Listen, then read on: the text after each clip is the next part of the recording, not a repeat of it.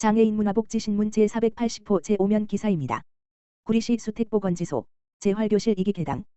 구리시 시장 백경현 수택보건지소는 지난 5월 19일과 20일 양일에 걸쳐 장애인 및 예비장애인을 위한 재활교실 2기 교육을 시작했다. 수택보건지소는 지역사회 중심 재활사업 수행 보건기관으로 거동이 불편하거나 일상생활 수행이 어려운 지역 장애인 및 예비장애인을 대상으로 새출발 재활교실, 스마트 인지재활교실, 심뇌혈관질환 재활교실, 퇴행성 관절질환 재활교실, 재활훈련교실 등 총 7개 재활 프로그램을 운영하고 있다. 이번 개강하는 재활교실 2기는 오는 9월 중순까지 주 2회씩 진행되며 참여자들은 물리치료사, 작업치료사 등 전문 인력의 지도 아래 근력 및 균형 감각 향상, 낙상 예방, 관절 가동성 증진 등을 목표로 약 4개월간 집중 재활교육을 받게 된다. 지소는 이후 사전 사후 개별 평가와 함께 온가족 스마트 헬스케어 사업과 연계한 건강 측정도 병행하여 대상자들의 건강과 재활 프로그램의 효과를 체계적으로 관리한다는 계획이다.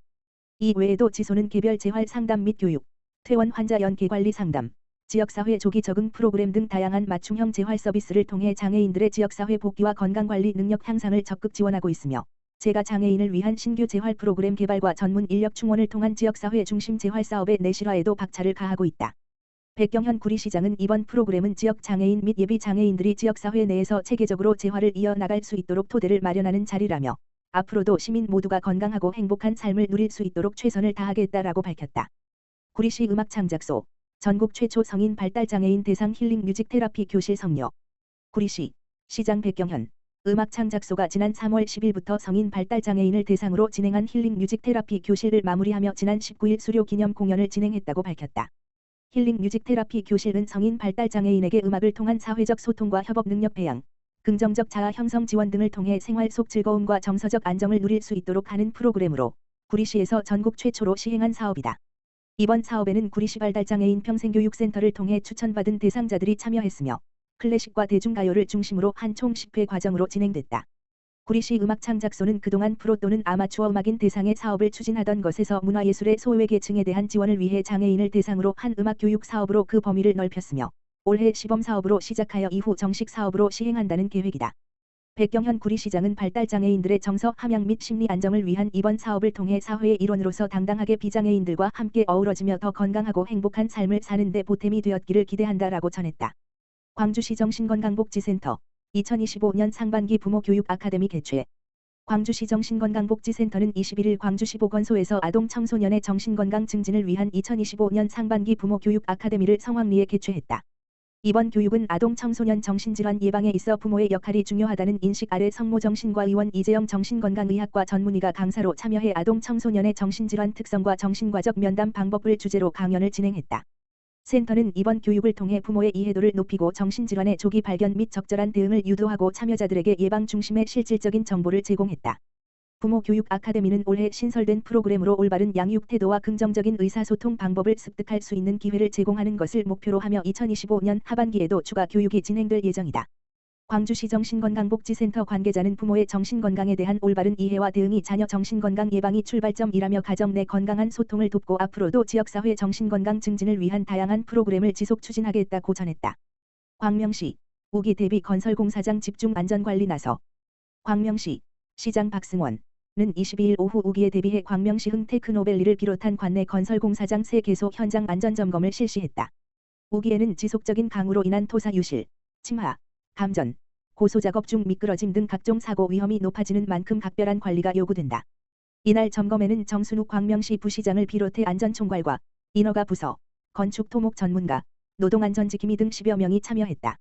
광명시 흥테크노밸리, 광명제 12R 구역 주택재개발 정비사업 등 건축물 공사 현장과 목감천 하천 정비사업 등을 대상으로 수해 방지 대책 수립 여부, 배수 처리 시설 설치 상태, 절토 성토 사면, 토목공사 등으로 조성된 비탈면, 관리와 배수로 적정성 등을 점검했다. 건축물 공사 현장은 터파기로 인한 인접시설물 침하와 피해 여부, 계측 관리 상태 등을 확인했고 하천 정비사업장은 자대 보관과 제방 시공 상태를 중점 점검했다. 점검 과정에서 확인된 지적사항은 즉시 시정하도록 했으며 지속적인 관리와 점검으로 안전규정 준수 여부를 철저히 관리할 계획이다. 정 부시장은 안전은 현장에서 지켜야 하는 기본이라며 사소한 위험 요인도 놓치지 않고 점검하고 조치함으로써 근로자와 시민 모두가 안심할 수 있는 공사 현장을 만드는 데 최선을 다하겠다고 말했다. 광주시 코로나19 재유행 대비 고위험군 대상 선제적 감염관리 강화. 광주시는 최근 홍콩, 중국 등 일부 아시아 국가에서 코로나19 재확산 조짐이 나타남에 따라 지역 내 감염 취약시설을 대상으로 선제적 감염 관리 대응에 나섰다고 27일 밝혔다. 시는 지역 내 감염 취약시설 65개소 중 50인 이상 시설 23개소에는 보건소 담당자가 직접 현장을 방문해 호흡기 감염병 예방 수칙을 안내하고 코로나19 예방접종을 적극 독려하고 있다. 또한 해당 시설에는 보건소 직원과 감염관리 담당자가 1한 대응 체계를 구축, 감염관리 수칙을 재점검하고 감염병 발생 상황을 상시 모니터링하며 방역을 강화하고 있다. 질병관리청에 따르면 65번지세 이상 고령층은 2025년 현재 코로나19 누적 입원 환자의 59.3%를 차지하는 고위험군이다. 현재 유행 중인 오미크론 변이 XCC는 일반 독감보다 전파력이 7배 빠른 것으로 알려졌으며 국내에서 접종 중인 JN1 백신은 해당 변이에 대해 효과적인 면역 반응을 유도한다고 보고되고 있다.